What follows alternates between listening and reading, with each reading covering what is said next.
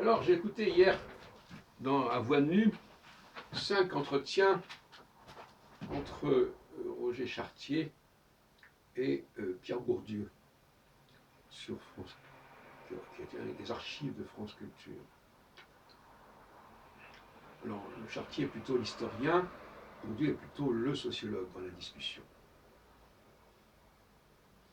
Je ne suis pas sûr que cet entretien ait été très puissant et très intéressant. Bon. C'est dommage. Mais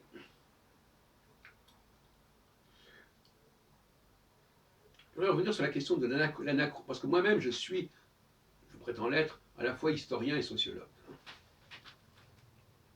J'ai les deux casquettes. La socio-histoire. Pourtant, pour moi, ce sont deux casquettes bien distinctes. Quand je travaille sur Nostradamus, je suis avant tout un historien. Mais, à un moment donné, le sociologue apparaît. À savoir ce qui est vraisemblable et ce qui n'est pas vraisemblable. Parce que pour moi, la sociologie est la science du vraisemblable. D'ailleurs, je rappelle cette formule étrange qu'on commande parfois. Le vrai n'est pas toujours vraisemblable. Bon. Mais c'est un autre sujet. Et pour le sociologue, il n'y a pas d'anachronisme.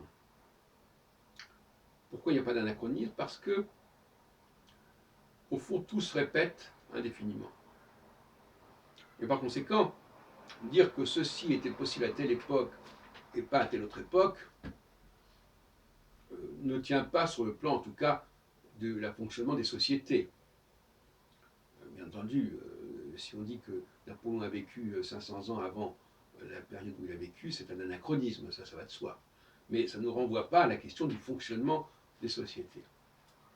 Par contre, dire que les femmes d'aujourd'hui ne diffèrent pas fondamentalement des femmes d'il y a 2000 ans, eh bien, certains diront que c'est anachronique, moi je dirais que il n'y a pas d'anachronisme du tout, parce que c'est toujours la même chose.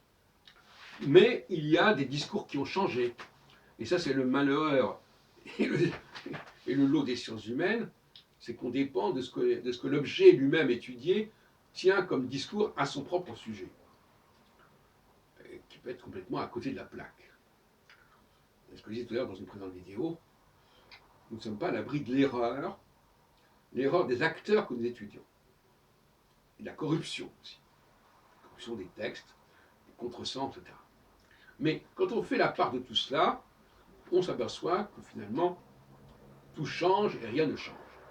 Parce que la sociologie ne dit pas que les choses ne changent pas, mais elle change selon une logique, une dynamique interne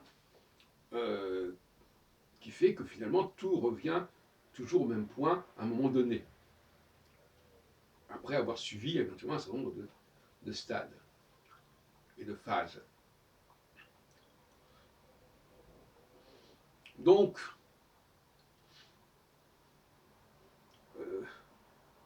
on comprend que la nouvelle histoire, l'école des annales et de Marc Bloch et de Lucien Febvre, dans les années 30 du XXe siècle, ait compris que l'histoire devait s'ancrer sur les sciences sociales.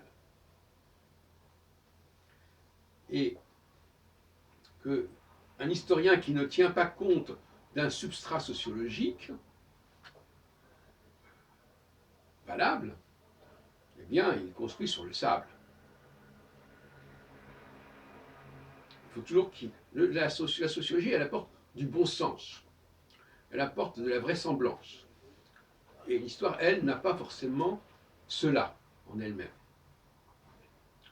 L'histoire, elle se contente de dire ce qui se fait, ce qui se dit, mais elle ne maîtrise pas les constantes. C'est ce qui la rend insuffisante à elle toute seule. D'où le mariage souhaité entre sociologie et histoire, entre autres.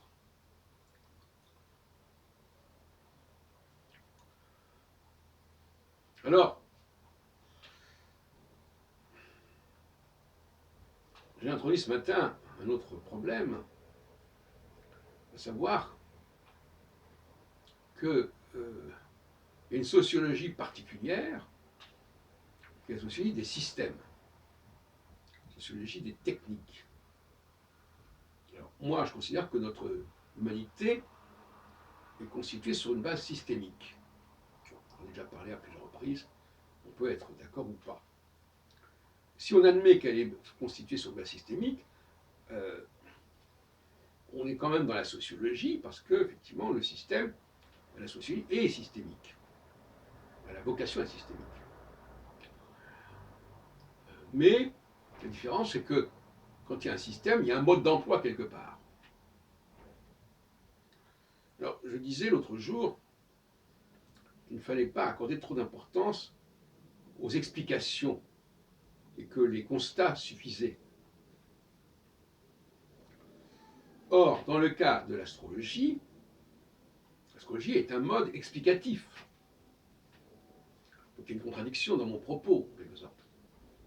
Non, parce que nous sommes dans un autre champ épistémologique qui est le champ du technique, du biotechnique. C'est-à-dire, on a l'objet, mais on a aussi son mode d'emploi. C'est-à-dire, je parlais au niveau des sciences humaines, on a l'objet, mais il y a aussi ce que l'objet lui-même dit de ce qu'il est, et donc donne son propre mode d'emploi, en quelque sorte. Celui qui l'imagine être, ou celui qui souhaite qu'on accepte. Donc voyez-vous, alors même si le domaine des techniques fait partie des sciences humaines, si on veut, d'une certaine manière, je dirais qu'il est distinct.